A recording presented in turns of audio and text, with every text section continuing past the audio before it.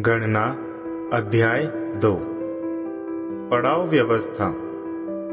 यहोवा ने मोशे तथा अहरोन को यह आज्ञा दी, इस्राएल के वंश प्रत्येक अपने अपने झंडे के नीचे ही पड़ाव डाला करेंगे।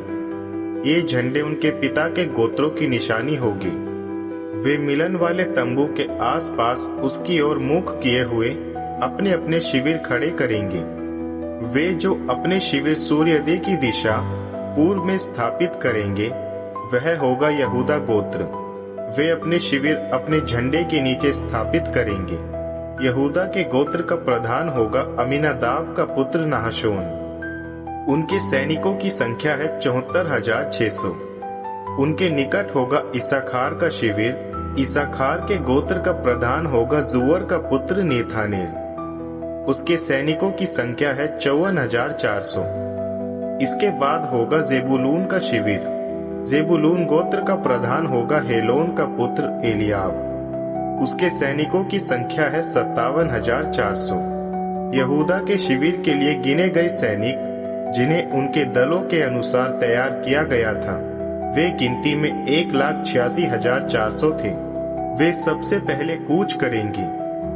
दक्षिण दिशा, ये रियूबेन के झंडे के नीचे उसके सैनिकों का शिविर होगा तथा रियूबेन गोत्र का प्रधान शेदऊर का पुत्र एलीजूर होगा। उसके सैनिकों की संख्या है 46,500।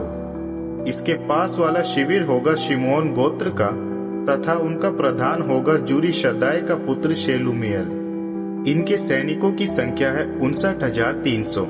इसके बाद गाद का गोत्र और इनका प्रधान था देउएल का पुत्र एलियासाफ। इसके सैनिकों की संख्या है 35,650। रियूबेन के शिविर के गिने गए सैनिकों की संख्या है 1,51,450। ये कूच करते हुए दूसरे स्थान पर रहा करेंगे। इनके बाद मिलन वाला तंबू और लेवियों का शिविर कूच करेगा। लेवियों का शिविर सारे शिविरों के बीच होगा। जिस प्रकार वे अपने शिविर स्थापित करते हैं, उसी क्रम में वे कूच करेंगे अपने अपने झंडों के साथ। पश्चिमी दिशा में उनके झंडे के नीचे एफ्राइम गोत्र की सेना का शिविर होगा। इनका प्रधान होगा अमीहूद का पुत्र एलीशामा।